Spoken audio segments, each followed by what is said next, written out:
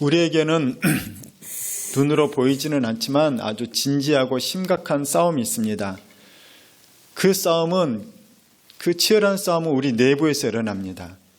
우리의 육신의 소욕과 성령의 소욕의 싸움, 세상의 풍조와 유행과 하나님의 말씀과의 싸움, 그리고 성경에는 분명히 영적 실체가 있다고 얘기를 합니다. 사탄, 마귀, 귀신, 그리고 예수 그리스도의 영, 하나님의 나라, 하나님의 말씀, 이런 심각하고 진지한 싸움이 우리 안에서 치열하게 일어나고 있는 것이죠. 우리 안뿐만 아니라 이 세상에서, 우리의 가정에서, 교회에서, 또 세상에서 이런 일들은 널리 퍼져 있는 것입니다. 우리는 보통 싸움을 싫어하죠. 그러나 싸움이 붙으면 이겨야 되는 거예요. 또는 싸우기 전에 이겨야 되는 것입니다. 지금 트럼프나 이런 사람들이 요즘에 이 강한 사람들이 지금 대세입니다. 러시아의 푸틴, 터키의 에르도안, 이런 강한 사람들이 요즘에 대세예요. 일론 머스크, 뭔가 좀 이상하지만 뭔지 해낼 것 같고 강한 사람들. 그들은 왜 강하냐면, 트럼프가 왜 더 강한 척하고 더 강하려고 하냐면 싸우기 싫어서래요.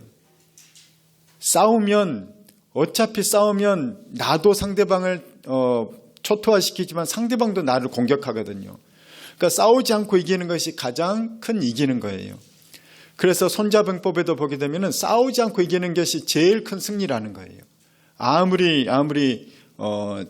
싸워서 이기더라도 반드시 피해가 있기 때문에. 이 트럼프가 학생 때부터 제일 좋아했던 책이 뭐냐면 손자병법이래요. 그래서 손자병법을 가지고 자기는 사업을 하고, 손자병법 가지고 지금도 원리를 정치에 사용을 하고 있다고 합니다. 그래서 자기 추천 도서 거기에 보면 손자병법이 들어가요. 손자병법을 한번 읽어보시기 바랍니다. 성경 다음으로도 한번 읽어볼 괜찮은 책입니다. 우리들은 이런 싸움이 있는데, 이 싸움은 우리가 피할 수가 없는 싸움이기도 하고, 또는 피하고 싶으면 우리를 더 강하게 해야 되는 거예요. 우리 2025년 표어가 뭐였죠? 지난주 설교 말씀이었죠? 우리가 능히 이기리라. 싸움은 피할 수 없는데 싸우면 능히 이겨야 되는 것이고, 또 이길 수 있는 힘과 능력을 키워야 되는 것입니다. 힘과 능력은 어디서 생기는가? 그리스도의 힘과 능력은 성령의 충만함으로, 하나님의 말씀으로 우리가 힘을 가질 때 영적인 싸움, 보이지 않는 내적인 싸움에서 우리가 승리하게 된다는 것이죠. 사도 바울의 인생은 그가 평생 동안 나는 싸워왔다는 거예요. 오늘 7절 말씀 보면은 나는 선한 싸움을 싸워왔다. 그래서 믿음의 선한 싸움을 싸우라는 거예요. 싸워야 될 때 싸우지 않으면은 비굴해지고 비겁해지고 굴종을 하게 됩니다. 굴욕적인 복종을 하게 되는 것이죠. 그렇기 때문에 싸워야 될 때는 싸우는 거예요. 그러나 이 싸움은 사람과의 싸움이 아닙니다. 자존심 싸움도 아닌 거예요. 우리의 혈육의 싸움이 아니고, 힘의 싸움이 아니고 사상과 이론의 싸움이에요. 이 싸움은 영적인 싸움인 거예요. 이 싸움은 믿음의 싸움이고 말씀의 싸움이고 가치관의 싸움인 것이죠. 그래서 그리스도인들은 승리한 사람들은 변화가 일어나게 되는데, 승리한 사람들은 마음의 여유가 있어요. 승리한 사람들은 포용력이 있는 거예요. 승리한 사람들은 다른 사람들을 품고 이해하고 관용하고 또 공감해주고 위로해 줄 수 있는 능력이 있는 거예요. 그런데 이 싸움에서 패배한 사람들은 자기밖에 보지 않아요. 자기밖에 보지 않기 때문에 늘 나만 손해봤다, 나만 피해봤다, 나만 억울하다, 나는 섭섭하다. 이런 사람들은 싸움에 진 사람들이에요. 이긴 사람들은 넉넉합니다. 그런데 진 사람들은 옹졸하고 늘 나는 손해봤다고 하고, 나만 왜 나한테만 그러냐고 하고 그러는 사람들이라는 거예요. 저는 우리가 모두가 승리할 수 있기를 축원합니다. 바로 이런 심각한 내적인 싸움이 우리 안에 늘 있는 거예요. 이 싸움에서 승리할 때 나도 복되고 내 주변에 있는 사람들도 행복해지는 것입니다. 오늘 사도 바울은 디모데에게 명령을 하고 있는데, 나는 어떻게 살아가고 있는지를 얘기하고 있습니다. 나는 하나님 앞에서 살아가고 있다. 나는 산 자와 죽은 자를 심판하시는 예수 그리스도 앞에서 살아가고 있다는 거예요. 여러분은 누구 앞에서 살아가고 있습니까? 여러분은 누구 앞에서 살아가고 있는가? 여러분이 가장 눈치 보는 사람이 누구예요? 여러분이 제일 눈치 보는 사람이 여러분이 그 사람 앞에 살아가고 있는 거예요. 사람에게는 눈치 볼 게 없는 거예요. 사람은 존중하고 사랑하고 배려할 존재인 것이지 그 사람 눈치 보고 두려워하고 그럴 존재는 아니라는 거예요. 오늘 사도 바울은 나는 하나님 앞에서 살아나간다. 이 하나님 앞에서라는 이것을 우리 기독교에서는 매우 유명한 이 헬라어 단어가 있어요. 그 뭐냐? 코람데오라는 거예요. 코람데오. 데오스가 신이죠. 신 앞에서. 하나님 앞에서 나는 어떤 존재인가? 이것은 종교개혁자들의 모토였어요. 종교개혁을 할 때 그 로마 카톨릭이 하지마라고 했을 때 나는 하나님 앞에서 성경 말씀대로 살 거다. 하나님의 진리의 말씀대로 살 거다. 당신이 뭐라고 하든지 나는 당신에게 눈치 보지 않는다는 거예요. 나는 오직 하나님이 가장 중요하다. 하나님 앞에서 이것이 옳은지를 보시오. 그런데 이 코람데오는 사도 바울뿐만 아니라 사도행전에 보게 되면은 예수님의 12제자도 그래요. 바리새인과 서기관 대제사장들이 더 이상 예수 전하지 마라, 복음 전하지 마라 이렇게 명령했음에도 불구하고 이것이 하나님 앞에서 바른가를 판단하라. 나는 내가 죽더라도 하나님 앞에서 옳은 일을 하겠다. 이것이 바로 코람데오였던 거예요. 이 코람데오의 신앙이 한국 교회는 너무나도 아름답게 전통으로 자리 잡았어요. 우리 조선시대 이 유교 문화는 하나님을 알지 못하는 문화이기만 하지만은 기독교 신앙에 그래도 좋은 영향 미친 것이 하나 있어요. 그게 뭐냐면 충성스럽다는 거예요. 임금에게 충성, 나라에게 충성하고 부모에게 효도하는 것도 충성과 연결되는 거거든요. 자기 하는 일에 충성되고 우리 한국 사람들이 그 충성 때문에 급속하게 산업화가 이루어지게 됐어요.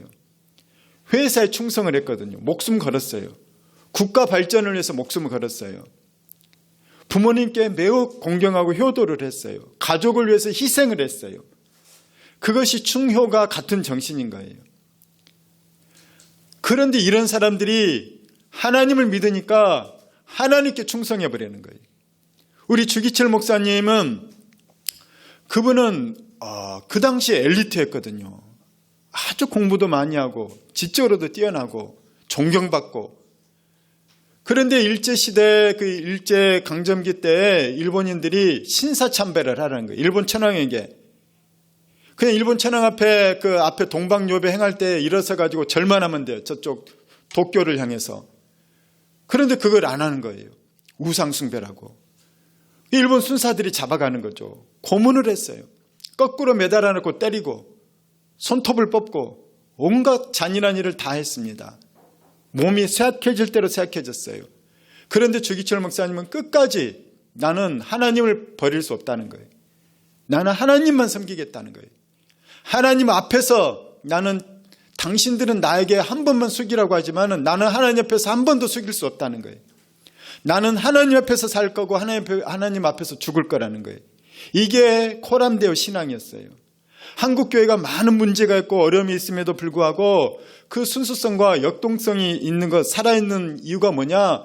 그 코람데오의 신앙인 거예요. 하나님 앞에서 내가 하나님 앞에서 어떻게 살아낼 것인가? 이것을 우리 한국 교회는 순수한 신앙인들은 늘 고민을 했고 그것을 주제로 살아냈다는 것이죠. 오늘 말씀을 주제를 따라서 다시 한번 고민합니다. 믿음의 선한 싸움을 싸우십시오. 다시 얘기하냐면은 신앙생활 너무 쉽게 하려고 하지 말라는 거예요. 신앙생활 쉽게 하려고 하면은 싸움을 싸울 수가 없어요. 자꾸 도망 다니고 피해 다니고 숨고 그렇게 된다는 거예요. 신앙생활에 잔머리 굴리면 안 돼요. 신앙생활은 내 편리함 따지고 내 안락함 따지게 되면은 내 편안함 따라 가게 되면 골짜기로 가게 되는 거예요. 아골골짜기로 가게 되는 거예요. 더 힘든 상황에 빠지는 것입니다. 우리의 대표적인 인물에 아브라함의 조카인 롯이 있어요. 롯은 아브라함 덕분에 부자가 됐습니다. 아브라함을 따라다녔더니 자기도 재산이 늘어난 거예요. 아브라함이 얼마나 부자냐면 아마 수만 마리가 넘었을 거예요. 양과 소떼 이런 것들이, 염소 같은 게. 자기 집에 키우던 사병이 318명이에요. 여러분 318명 월급 주려면 얼마가 필요할까요? 옛날에는 먹고 재우고 입히고 다 해야 돼요. 318명 숙소도 지어야 되는 거예요. 그 가정도 딸렸겠죠. 그만큼 엄청난 세력을 끼쳤던 사람이 아브라함인 거예요. 그 아브라함의 조카 롯이 있었어요. 롯도 큰 부자가 된 거예요. 아브라함 따라다니다가. 그런데 둘이 너무나도 양떼도 숫떼도 많고 염소떼도 많으니까 함께 같은 목초지에 머무를 수가 없어서 이제 분가를 하게 됐죠. 그때 롯이 아브라함에게 롯에게 먼저 선택권을 줄 때 롯이 어떻게 하죠? 저쪽 동쪽을 봤더니 이 소알 땅이 너무나도 풍요로운 땅인 거예요. 그리고 저기 대도시가 있어요. 휘황찬란한 소돔과 고모라 성. 야, 도시도 가깝고 목초지도 좋은 저 좋은 땅으로 내가 가야겠다면서 롯이 먼저 선택을 합니다. 아브라함이 양보를 하죠. 그런데 롯은 나중에 어떻게 되느냐? 그 목초지에서 양치기 하던 유목생활하던 롯이 나중에는 소돔성에 들어가 살아요. 대도시에 들어가 살아요. 그리고 그 대도시의 그 환락을 경험하게 되는 거죠. 야, 내가 시골에서 아침에 큐티하고 저녁에 기도하고 그리고 양치기하고 늘 단조로운 삶을 사다가 이 대도시 왔더니 너무나도 좋은 거예요. 파티가 늘 벌어지고 만날 여자들도 많고 그 다음에 이 즐거운 게임들도 많고 너무너무 좋은 게 많은 거예요. 지금 현대 사회가 똑같은 거예요. 요즘은 대도시가 필요 없죠. 어디서든지 인터넷으로 게임하고 도박하고 뭐든 다 할 수가 있죠. 이 현대 문명이 지금 들어온 것과 비슷한 거예요. 롯이 그것을 막 즐기는 거예요. 마셔라 부어라. 야, 이런 세계를 내가 경험하지 못하고 죽을 뻔했네. 아파트 하면서 막 우리 마시자. 누가 제일 좋아하는 게임 막 그러면서 우리 한 번 더 게임하면 한 번 돌려야지. 막 야, 이런 희망찬란한 세계를 내가 못 누리고 죽을 뻔했다니 하면서 롯이 막 세상에 빠져 산 거예요. 그런데 소돔과 고모라 성은 최후의 심판을 상징합니다. 불과 유황이 내리거든요. 하나님의 불심판이 임하게 됩니다. 그때 아브라함의 중보기도로 롯은 살아나게 돼요. 하나님 롯에게 가서 제발 살려주십시오. 롯이 천사의 방문을 받아서 그가 빠져나오게 될 때 롯이 얼마나 영적인 권위가 없냐. 롯이 사위들에게 얘기했더니 사위들이 아유 농담하지 마세요. 장인어른 그러면서 세상이 망하긴 뭐가 망해요. 그러면서 안 따라오는 거예요. 죽었어요. 자기 부인에게 절대로 세상 것에 미련 갖지 말고 소돔성 바라보지도 말고 얼른 도망가야 된다. 그런데 롯의 부인이 아직 덜 챙긴 폐물과 보석들을 집 아까워가지고 뒤돌아보다가 소금 기둥이 됐어요. 2딸 데리고 롯이 도망을 쳤는데 이 소돔과 고모라 성은 얼마나 타락했냐면 나중에 천사들이 방문했는데 천사들과 동성애 하겠다고 마을 사람들이 막 몰려들어요. 동성애 할 테니까 내놔라고. 성폭행을 하려고. 그런 것이 소돔성이었어요. 그 2딸들은 신앙교육이 전혀 안 된 거예요. 세상 가치관이 똑같이 그들에게 있었어요. 그곳에는 근친상간이 아무것도 문제가 안 됐던 것 같아요. 자기 아버지에게 술을 먹여놓고 나서 우리 남편도 다 죽고 우리 자식들도 없고 우리 후손들도 없이 어떻게 사냐. 소돔 남자들 다 죽어버리고 우리 아는 남자도 없고 야 우리 아버지 사이에서 애를 낳도록 하자. 2딸이 그런 사고를 가졌다는 거예요. 그만큼 타락한 도시가 소돔이었어요. 그런데 그 세상 속에 살다 보니까 자기들도 똑같이 그렇게 살고 똑같이 생각하면서 그들이 자녀를 낳았습니다. 그 자녀들이 큰 족속과 나라를 이루는데 누구냐? 모압과 에돔이라는 모압과 암몬이라는 족속은 평생 대대로 이스라엘과 대적하는 족속들이에요. 롯은 세상을 따라가다가 세상도 따르고 하나님도 따르다가 가랑이가 찢어진 거예요. 이것도 아니고 저것도 아니고. 예수님께서는 그래서 너희가 차든지 덥든지 해라. 이것도 저것도 아닌 생활 하지 말고 확실하게 믿으라는 거예요. 우리가 확실하게 믿으려면 싸워야 되네요. 복음의 이 고난을 두려워하지 말고 오히려 각오를 해야 되는 것입니다.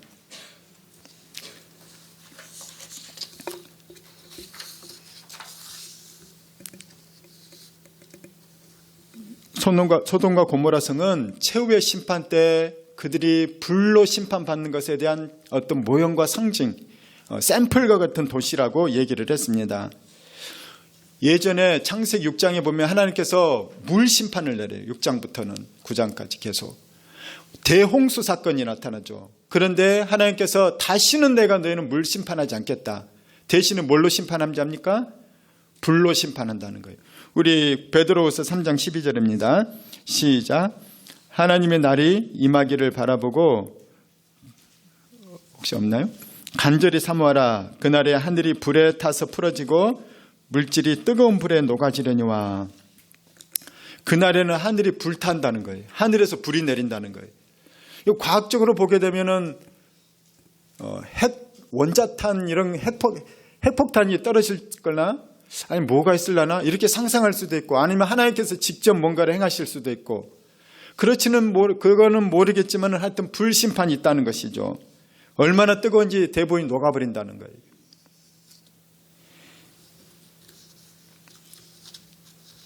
오늘 이 마지막 때에 대해서 우리가 조금 더 살펴볼 건데, 제가 오늘 성경 말씀을 준비해서 보니까 지금 마지막이 얼마 남지 않았다는 것에 대해서 우리가 조금 더 알아야 되겠는 거예요. 여러분을 협박하려고 하는 것이 아니에요. 여러분을 막 겁주려고 한 게 아니라 지금 객관적으로 굉장히 성경을 봐도 그렇고 세상을 봐도 그렇고 이게 마지막이 멀지 않았구나 하는 것을 여러분이 아마 확인을 하게 될 겁니다. 그러면 여러분이 마지막 때 불심판이 분명히 있게 될 것이라는 것에 대해서도 아마 보게 될 거예요. 먼저 건진받은 사람은 못 볼 수도 있지만 못 건진받은 사람은 아마 보게 될 수도 있습니다. 오늘 디모데후서에 보게 되면 사도 바울이 지금 누구에게 쓰는 편지입니까? 디모데후서니까 디모데에게 쓰는 편지예요. 근데 디모데후서는 사도 바울의 마지막 편지입니다. 죽기 전에 남긴. 어떻게 보면 유언과 같은 편지라고 얘기를 하죠. 사도 바울은 내가 너무너무 사랑하는 영적인 아들이 디모데예요. 여러분 누구를 제일 아낍니까? 예? 가장 아끼는 사람에게 가장 좋은 걸 주고 싶죠. 제가 얼마 전에 누구랑 같이 맛있는 걸 먹으러 갔더니 우리 남편 생각난다. 우리 부인 생각난다 그랬던가. 하여튼 기억이 안 나는데 부부 사이가 좋구나. 부부 사이가 좋은 게 요즘도 있네. 이 시대에도 부부 사이가 좋은 가정이 있다니 깜짝 놀랐는데 그 사랑하는 사람은 생각나는 거예요. 사랑하는 사람에게 우리 사도 바울은 결혼도 지금 했는지 안 했는지 잘 모르고 했다고 하는 설도 있지만은 사도 바울이 제일 사랑하는 사람이 디모데예요. 디모데에게 제일 주고 싶은 말이 뭐냐? 오늘 사도 바울은 재산도 없는데 유언을 남기는 거예요. 내가 돈보다 더 중요한 걸 너에게 남기고 싶다. 그러면서 오늘 이 디모데 후서를 통해서 마지막 남기고 싶은 중요한 말을 하고 있어요. 사랑하는 디모데야, 나는 지금껏 하나님 앞과 살아계신 자, 살아있는 자와 죽은 자를 심판하실 예수 그리스도 앞에서 살아왔다. 디모데야, 내가 하나님 앞과 예수 그리스도 앞에서 장차 우리 주님이 재림하실 것과 하나님의 나라가 임할 것을 두고 너에게 엄하게 명령한다. 너는 이렇게 하라는 거예요. 우리 1절 말씀 같이 읽겠습니다. 시작. 하나님 앞과 살아있는 자와 죽은 자를 심판하실 그리스도 예수 앞에서 그가 나타나실 것과 그의 나라를 두고 엄히 명하노니. 나는 내가 너에게 엄하게 명령한다는 거예요. 유언인데 이것만큼 반드시 지키라는 거예요. 사랑하는 디모데에게. 절대로 이것만큼은. 근데 이거 뭐냐? 너는 말씀을 전파하라는 거예요. 너는 말씀을 전파하고 말씀을 가르쳐라. 너는 복음의 말씀을 선포해라. 때를 얻든지 못 얻든지 말씀을 전파해라. 이 말이 뭔 말입니까? 영어로 보면 시즌이든지 시즌이 아니든지, 이것이 시즌, 때가 맞든지 안 맞든지. 지금은 날이 좀 너무 추우니까 성경 공부 중단, 너무 추우니까 기도하는 거 중단, 그러지 말라는 거예요. 춥든지 덥든지 바쁘든지 안 바쁘든지 1순위로 말씀 전하라는 거예요. 1순위로 말씀 가르치라는 거죠. 자, 그러면서 매사에 오래 참으면서 가르치라는 거예요. 가르치는 거 쉽지 않습니다. 오래 참아야 돼요. 교육학의 중요한 원리가 뭐냐? 반복이에요. 반복. 한 번 말해서 되는 게 아니에요. 한 번 가르쳤다고 되는 애들은 이상한 애들인 거예요. 걔들은 자꾸 반복해야 되고 복습해야 되고 예습해야 되고 또 풀고 풀었던 문제 또 풀고 오답노트 만들어서 또 풀고, 이게 교육인 거지. 그래야 내 것이 되는 거지. 한 번에 싹싹싹 이거는 부럽죠. 근데 보통 사람들은 그렇지 않다는 것입니다. 자, 너는 오래 참으면서 가르쳐라. 포기하지 말고 인내하면서 가르쳐라. 때로는 강하게 책망해라. 그러면 안 된다고 주의를 줘라. 그리고 때로는 권면해라. 그 세 가지를 얘기해요. 책망을 하라는 거예요. 강하게 책망해라. 그리고 안 된다고 주의를 줘라. 그러면 안 돼. 그리고 항상 그러지 말고 부드럽게 권면도 하라는 거예요. 부드럽게 권면도 해라. 가르칠 때는 그럴 수밖에 없어요. 그래서 옛날부터 항상 채찍과 당근 이런 얘기를 하지 않습니까? 이 왜 그 사람에게 방법보다는 중요한 것을 전달해야 되기 때문에 어떻게 해서든지 효과적인 방법으로 가르치고 교육을 하라는 것입니다. 중요한 것이 오래 참으라는 거예요. 화내지 말고 혈기 부리지 말고 오래 참으면서 가르쳐라. 그러나 야단칠 때는 야단치지만 엄하게 감정적으로는 하지 말고. 자, 2절 말씀입니다. 시작. 너는 말씀을 전파하라. 때를 얻든지 못 얻든지 항상 힘쓰라. 범사에 오래 참음과 가르침으로 경책하며 경계하며 권하라. 우리가 작년에는 기도를 많이 했어요.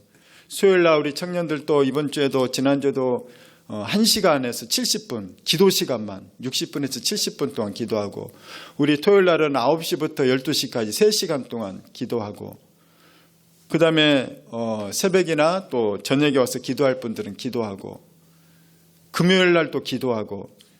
제가 여러분에게 엄하게 명령합니다. 염치가 있으면 셋 중 하나는 나오십시오. 수요일날 나오시든지 토요일날 오시든지, 안 되면 온라인으로라도 올 수 있도록 금요일날 온라인으로 연결하는데, 셋 다 안 오는 사람은 정말 더 오래 참겠습니다. 그런 사람들은 너무너무 하나님께서도 뭔가 또 다른 방법을 아마 하실 수도 있어요. 우리가 작년에는 기도를 많이 했는데 올해는 말씀 양육에 더욱 힘쓸 것입니다. 디모데는 사도 바울에게 하나님의 말씀을 잘 배웠어요. 사도 바울은 가는 곳마다 말씀을 가르쳤거든요. 기적도 행하고 병도 고치고 귀신도 쫓아냈지만 제일 중요한 사역이 뭐냐? 도란노선에서 2년 3년 막 이렇게 막 하나님 말씀을 가르치는 거예요. 하나님 말씀을 가는 곳마다 말씀 가르치는 걸 최우선으로 삼았습니다. 왜냐? 기적은 사람을 안정적으로 성장시키지 못해요. 쇼킹하게는 하지만 관심을 갖게도 하고. 그런데 말씀이 들어가 있지 않으면 변화가 되지 않아요. 바르게 한과 의로교육하게 유익한 것은 말씀인 거예요. 그래서 성령을 경험하고 이적을 경험하고 귀신 쫓겨나갔을 때도 말씀이 들어와야 돼요. 말씀이 없는 사람은 귀신 쫓겨나가도 더 나중에 귀신 또 들어와서 더 험한 상태가 되어버려요. 그렇기 때문에 반드시 말씀으로 나를 채워야 되는 것입니다. 디모데는 사도 바울에게 너무너무 잘 배웠어요. 그랬더니 사도 바울이 이제 내가 너에게 얼마나 잘 가르쳐줬냐. 그냥 엄하게 명령하는 거예요. 너 말씀 가르쳐. 이제 너 반드시 가르쳐. 최고 우선순위를 갖고 하나님 말씀 다른 사람에게 가르치라는 거예요. 그래야 다른 사람이 살아나기 때문에. 사실은 그래야 디모데 너도 산다는 거예요. 영적으로 살려면 말씀 가르쳐야 돼요.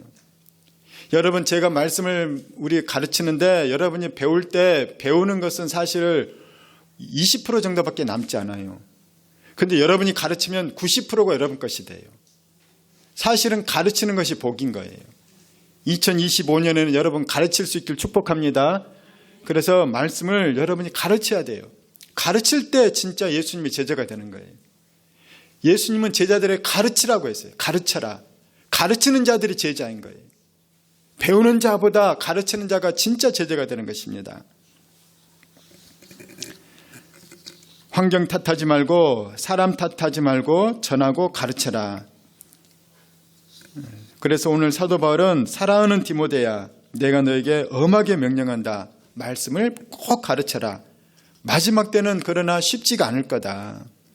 최후의 심판의 때 가까울수록, 마지막 때가 가까울수록 사람들은 말씀을 배우려고 하지 않을 거라는 거예요.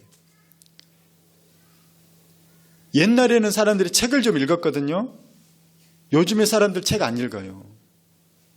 독서 판매량이 엄청 줄었어요. 교보문고도 적자가 얼마나 많이 나는지 몰라요.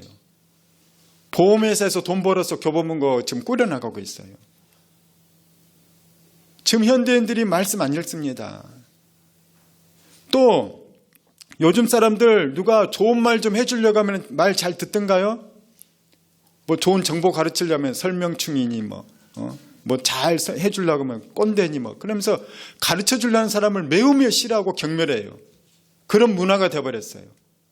배우려고 하지 않아요. 그만하라는 거예요. 듣기 싫다는 거예요. 나도 안다는 거예요. 알기는 뭘 알아요. 머리로는 알지만 실제로는 안 되니까 혼자 있을 때는 우울해하고 혼자 있을 때는 딴짓하고 있고 제대로 자기 할 일도 못하고 있고 요즘 사람들이 얼마나 산만한지 몰라요.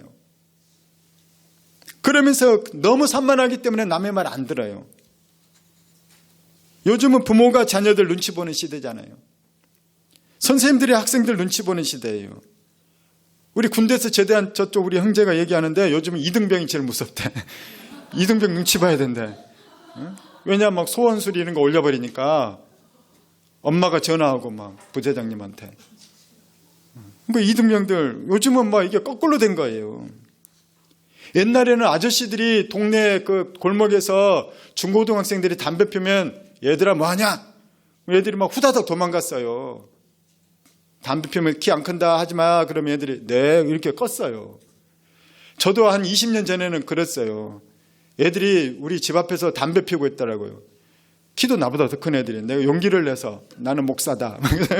용기를 내서 얘들아 담배 피우지 마라 그랬더니 예. 그리고 애들이 담배 끄고 가더라고요.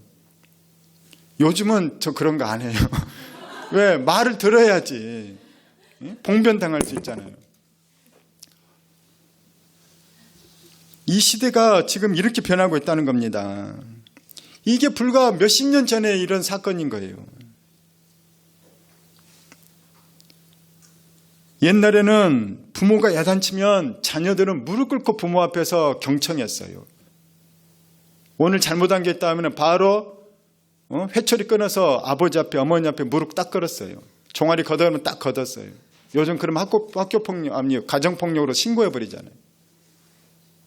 무릎 꿇고 내가 뭘 잘못했는지 죄송합니다. 아버지가 말씀하시면 끝까지 듣고 어머니가 말씀하시면 끝까지 듣고 네 알겠습니다. 이게 불과 몇십 년 전 일이라니까요. 상상도 못하겠죠. 말세가 되면 어떤 현상이 일어나느냐. 바른 말 듣기 싫어하는 거예요. 좋은 말 듣는 거 싫어해요. 그러면서 내 욕망을 따르는 말, 사욕이라고 돼요. 성경에는 개인적인 욕구. 내 욕망을 부추기는 것에 대해서는 아주 귀가 번쩍 뜨여서 그 사람을 막 스승으로 삼는 거예요. 당신은 내 인생의 모토입니다. 내 인생의 스승입니다. 내 인생의 멘토입니다. 그러면서 막 그 사람 따라다니는 거예요. 팬이라는 거예요. 근데 누가 팬이냐? 돈 많이 벌고 잘 놀고 그 다음에 나를 노는 것을 도와주는 사람. 게임 잘하는 사람. 유튜브에 인스타에 막 자극적인 사진들을 올리면서 내 욕망을 자극하는 사람들을 쫓아다닌다는 거예요. 그 나의 욕망을 부채질한 사람들을 스승으로 삼는다는 거죠. 오늘 3절 말씀입니다. 시작. 때가 이르리니 사람이 바른 교훈을 받지 아니하며 귀가 가려워서 자기의 사욕을 따를 스승을 많이 두고. 여러분, 세상의 마지막이 멀지 않았습니다. 세계적 물리학자, 천재 물리학자라고 하죠. 영국의 스티븐 호킹 박사가 있어요. 그가 인류 물리학에 끼친 영향력이 얼마나 대단한지 몰라요. 그런데 그가 뭐라고 하냐면 인류는 200년 안에 망한다는 거예요. 망한 원인이 한 5가지쯤 되는데 그 3가지가 뭐냐. 지구 온난화. 앞으로 평균 기온이 2도가 상승하면 티핑 포인트라고 해요. 2도부터는 급격하게 온도가 상승한대요. 지금은 해마다 0.1, 0.2 이런 식으로 올라가는데 2도가 평균 기온보다 기온이 2도가 올라가 버려. 이때는 막 3도, 4도, 5도 기하급수적으로 올라가 버린다는 거예요. 나도 이것이 믿어지지 않는데 스티븐 호킹이 그렇게 얘기를 했어요. 지구 온도가 나중에는 250도까지 올라간대요. 그래서 금성처럼 유황비가 떨어진다는 거예요. 아마 이것 때문에 일론 머스크가 화성에 가려고 하는지 몰라요. 화성에 가려고 하잖아요, 일론 머스크가. 그 뛰어난 천재가 화성 간다고 했을 때 일론 머스크 미쳤나? 화성에 왜 가? 얼마나 돈이 많이 드는데 거기서 어떻게 돔을 짓고 살아? 말도 안 돼. 그랬는데 일론 머스크는 아마 이 스티븐 호킹의 말을 믿었는지도 몰라요. 그가 세계 최고의 부자고 뭐 천재 과학자죠. 천재 사업가기도 하고. 뭐 그가 다 옳은 건 아니지만 이 스티븐 호킹은 빠르면 2050년에 지구가 망할 거라고도 얘기를 합니다. 첫 번째는 지구온난화, 두 번째는 코로나 같은 그런 바이러스, 강력한 바이러스, 세 번째는 AI, 네 번째는 핵전쟁, 이런 것 때문에 지구가 망할 가능성이 분명히 200년 안에는 이것들이 한두 가지 때문에 또는 복합적으로 지구를 망하게 할 거라는 거예요. 스티븐 호킹뿐만 아니에요. 여러분 제프리 힌턴이라는 사람을 아십니까? 요즘에 가장 뜨는 사업가가 일론 머스크 말고 누구냐면 오픈 AI의 샘 알트먼이라는 사람이 있어요. 샘 알트먼이 오픈 AI의 수장 리더인데 사실은 샘 알트먼보다 더 천재가 있대요. 실제로 오픈 AI를 만들고 그 큰 틀을 만든 사람이 이 사람이 바로 제프리 힌턴이라는 거예요. 이 사람은 노벨 물리학상을 수상한 사람이에요. 이 사람은 캐나다 토론토대 교수예요. 오픈 AI를 아니다. 오픈 AI가 아니라 죄송해요. 오픈 AI는 다른 사람이에요. 다른 사람 제가 두 사람 얘기를 하려다 한 명으로 줄이는 거예요 지금. 샘 알트먼은 누구냐면 바로 그런 물리학상 받고 노벨상 받고 캐나다의 교수인데 구글 있죠. 구글에서 AI를 개발하던 부사장이라는 거예요. 그러니까 엄청난 사람이죠. 근데 그 사람이 구글의 연봉이 얼마나 높겠어요. 부사장이면. 그런데 이 사람이 구글에 사표를 쓰고 강연을 하고 다녀요. 그의 강연 주제가 뭐냐? AI가 향후 30년 이내에 인류를 멸종시킬 가능성이 10에서 20%라는 거예요. 30년 내에. 50년 내에는 훨씬 올라가겠죠. 100년 내에는 훨씬 올라갈 거예요. 내가 양심상 구글에서 AI를 더 이상 개발할 수 없다는 거예요. 내가 AI를 개발하다 보니까 이건 인간이 통제할 수 있는 영역이 아니라는 거. 어느 시점에 다다르면 AI가 내가 어떻게 할 수 없는 존재가 되어버린다는 거예요. 앞으로 인류는 AI 때문에 망한다고 한 사람이 이 제프리 힌턴뿐만 아니에요. 사실은 일론 머스크는 수없이 얘기를 했어요. AI 위험하다. AI가 인류 멸망하게 할 거다. 마지막 때에는 이런 사회적인 현상, 심리적인 현상, 분위기뿐만 아니라 과학적이고 지구의 현상도 인류가 사실은 마지막에 멀지 않았다는 사실에 대해서 이 수없이 많은 과학자들도 경고를 내려요. 성경도 우리에게 경고를 하고 있어요. 그러나 대부분의 사람은 그냥 한낱 흥미거리로 귀담아 살짝 듣지만 마음에 담아 듣진 않아요. 그럴지는 모르지만 아직은 아니야. 그럴지 모르지만 나는 관심은 그게 아니야. 가볍게 듣는다는 거죠. 오히려 사람들의 관심은 뭡니까? 비트코인, 주식, 레버리지, 물 좋은 클럽, 헌팅 포차. 사람들은 부동산 가격, 취업, 그 다음에 너는 진보냐 보수냐, 너 오른손이야 왼손이야, 편가르기. 사람들의 관심은 바로 그런 것들이에요. 그런 것에 관심 갖지 말라는 건 아니에요. 그런데 최우선에 관심 가질 거는 그건 아닌 거예요. 진짜 관심 가지고 우리가 죽느냐 사느냐거든요. 죽느냐 사느냐에 관심을 가져야 되는데 사람들은 허탄한 이야기들에 귀가 솔깃하고 진짜 중요한 것은 가볍게 여긴다는 거예요. 자, 마지막 때 바로 그렇다는 것입니다. 우리 4절 시작. 또 그 귀를 진리에서 돌이켜 허탄한 이야기를 따르리라. 그러나 너는 디모데에게 얘기합니다. 사람들은 진리를 떠나고 허탄한 얘기에 관심 가진다. 무엇을 먹을까, 무엇을 마실까, 무엇을 즐길까, 이런 것들에 관심 가진다는 거예요. 그러나 너는 그런 것들이 아니라, 그러나 너는, 그러나 우리는, 그러나 그리스도인은 달리 생각하고 달리 봐야 된다는 것이죠. 예수 믿는 사람은 달라야 된다는 거예요. 자, 5절입니다. 시작. 그러나 너는 모든 일에 신중하여 고난을 받으며 전도자 일을 하며 내 직무를 다하라. 그리스도인들은 신중하라는 거예요. 뭐냐? 생각하라는 거예요. 생각해라. 생각해라. 욕망을 따라 살지 말고, 감정에 휩쓸려 살지 말고, 세상 분위기에 휩쓸려 살지 말고 생각하라는 거예요. 이게 옳은지 그른지, 이게 맞는지 틀린지, 이게 하나님이 기뻐하는 건지 마귀가 기뻐하는 건지, 이게 이치에 맞는 건지 안 맞는 건지, 마지막 때가 될수록 너희들은 더 신중하라는 거예요. 마지막 때는 사람들이 훨씬 충동적으로, 자극적으로 살아갑니다. 한번 질러볼까? 한번 즐겨볼까? 이렇게 산다는 거죠. 그러나 너는 모든 일에 신중해라. 욕망을 따라, 욕망 자극하는 사람들을 따르지 말라는 거예요. 특별히 너는 하나님의 말씀을 따라 살다가 고난을 받으라는 겁니다. 고난을 안 받으려고 하면 우리는 비겁해져요. 그렇죠? 요즘은 안 그렇지만은 옛날에 단체 기합을 받을 때가 있어요. 단체 기합을 받을 때 어떻게 해서라도 단체 기합 안 받으려고 막 요령 피고 하면은 더 세게 기합 받아요. 그런데 담대하게 그냥 한 대 맞든지 그냥 뭐 의자를 들든지 그냥 딱 제대로 딱 하면은 한 번에 끝나게 돼요. 그리스도인은 세상에서 고난을 받을 수밖에 없는 존재, 특히 마지막 때가 가까울수록 우리가 하나님 말씀을 따라 살다가 고난 당하고 하나님 말씀을 전하다가도 고난을 당한다는 것입니다. 여러분은 현재 고난을 당하고 있습니까? 특별히 복음 때문에 고난을 당하고 있습니까? 고난을 안 당하려고 하지 말고 당당하게 고난에 맞서십시오. 고난은 오라는 거예요. 그냥 고난 한번 당하면 됐지 뭐.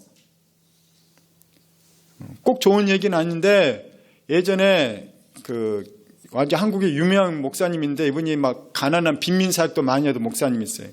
이분이 자기 아들 자랑을 막 하는 거예요. 아들이 둘이 있는데 첫째 아들이 공부를 너무너무 잘한대요. 그 아들이 미국의 유명한 아이비리그 대학을 나왔어요. 그런데 둘째 아들은 공부를 너무 못한대. 근데 자기는 둘째가 더 기대가 된대. 둘째가 왜 기대가 되냐 그랬더니 어느 날 봤더니 그 옛날이죠. 둘째가 방학 때 탐구생활 종이를 찢어가지고 딱지치기를 하고 있더래. 요즘 탐구생활 하나 몰라. 그래서 둘째한테 아빠가 걱정이 돼가지고 야, 네 학교 끝나고 선생님한테 야단 맞으면 어떡하려고 그걸로 딱지치기 하고 있냐 그랬더니 얘가 막 딱지 열심히 치면서 몇 대 맞으면 돼요 이랬더라는 거예요. 야, 얘 그릇이 크다. 나는 둘째가 더 기대가 된다는 거예요. 이렇게 통이 크네. 야, 얘 뭔가 하나 할 거라는 거예요. 고난을 안 당하려고 하면은 사람이 비겁해지고 할 것도 못하게 돼요. 그런데 까짓건 뭐 몇 대 맞지 뭐 고난 당하지 뭐 죽으면 순교고 살면 뭐 감사하고 그런 거지 뭐 이렇게 그냥 담대하게 살면 그냥 당당한 거예요. 용감한 거예요. 그리고 그 사람은 뭐든지 해내는 거죠. 사도 바울은 나는 선한 싸움을 싸웠다는 거예요. 나는 평생 선한 싸움을 싸웠다. 우리 7절 말씀 같이 보겠습니다. 시작. 나는 선한 싸움을 싸우고 나의 달려갈 길을 마치고 믿음을 지켰으니. 사도 바울은 전 세계를 돌아다니면서 복음을 전했어요. 그는 가는 곳마다 사람들이 환영하지 않았어요. 다 많은 사람들이 배척했고 감옥에 가뒀고 돌을 쳤고 사람들이 비난을 하고 욕하고 방해하고 늘 그런 삶을 당했어요. 혼자 여행 다닐 때도 난파를 당하고 배고프고 강도 위험 당하고 춥고 사도 바울의 인생은 바로 그랬다는 거예요. 그럼에도 불구하고 그는 포기하지 않았다는 것이죠. 사도 바울 속에서의 싸움은 무엇이었냐? 육신의 소욕과 성령의 소욕의 싸움이에요. 나는 평생 선한 싸움을 싸웠다. 우리 갈라디아서 5장 17절 시작. 육체의 소욕은 성령을 거스리고 성령은 육체를 거스리나니 이 둘이 대적함으로 너희가 원하는 것을 하지 못하게 함이옵니다. 성령님은 말씀을 보라고 하고 기도하라고 하고 하나님 말씀대로 성실하라고 하고 게으르지 말라고 하고 좀 더 절다 좀 더 자자고 하면은 가난이 너희들에게 군사처럼 임할 거다. 부지런해라. 너 자신 이겨내라. 죄 짓지 마라. 사도 바울은 평생 그 싸움을 했다는 거예요. 복음 전하고 싶지 않지만 가서 복음 전하고 말씀 오늘은 좀 싫까 했지만 또 말씀 가르치고 기도 좀 싫까 했지만 기도해서 성령 충만함으로 다른 사람을 또 성령 충만하게 하고 그것이 사도 바울의 평생 싸움이고 나는 그 싸움에 승리했다는 거예요. 자, 로마서 8장 7, 8절 시작. 육신의 생각은 하나님과 원수가 되나니 이는 하나님 법에 굴복하지 아니할 뿐 아니라 할 수도 없음이라. 육신에 있는 사람은 하나님을 기쁘게 할 수 없느니라. 나는 하나님을 기쁘게 하기 위해서 평생 이 싸움에서 선한 싸움을 싸워왔다는 것이죠. 하나님이 기뻐할 일이 뭘까?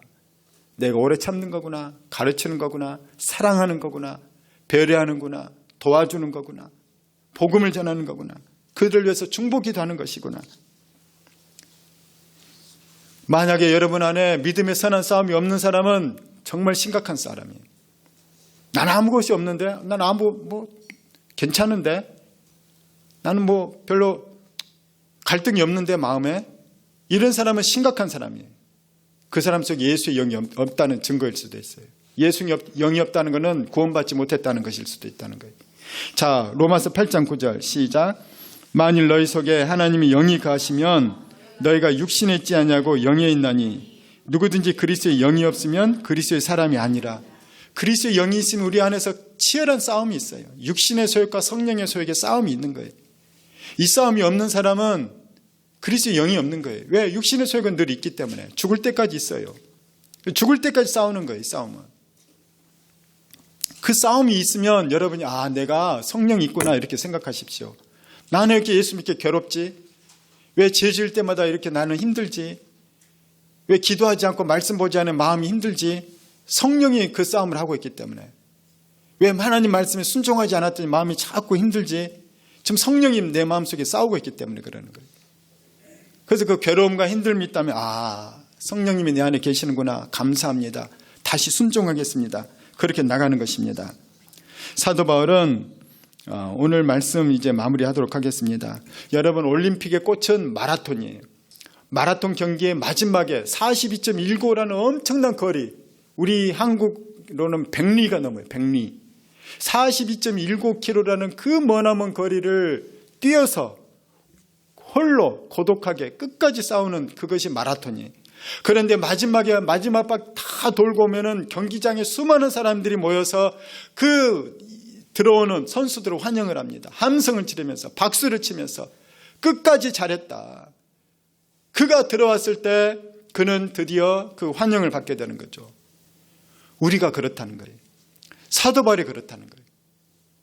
여러분, 나는 천국에 다녀온 사람이라는 거예요. 사도 바울은 셋째 하늘에 다녀왔어요. 셋째 하늘 천국에 가봤더니 자기보다 먼저 순교한 사람들, 예수 믿고 죽은 사람들이 머리에 보니까 면류관이 있는 거예요. 마라톤 우승한 사람들의 면류관. 너무너무 아름다운 면류관이 보여요. 그래서 사도 바울이 내가 믿음의 선한 싸움을 달리고 나서 천국에 도달하면 하나님 앞에서, 예수 그리스도 앞에서 내가 면류관을 받겠구나. 나는 면류관 받을 사람이다. 그러니까 하나도 억울하지가 않아요. 평생 집 한 채 없었지만, 평생 고생만 하면 살았지만, 내가 세운 교회, 내가 전도한 사람들, 내가 말씀에 양육한 사람들 바라보니까 면류관이 나에게 가득하구나. 여러분도 그 면류관이 있길 축복합니다. 그래서 디모데에게 얘기하는 거예요. 나에게는 면류관이 예배되었다. 믿음의 선한 싸움을 싸운 나에게 면류관이 예배되었다. 디모데야, 너도 면류관이 있다는 거예요.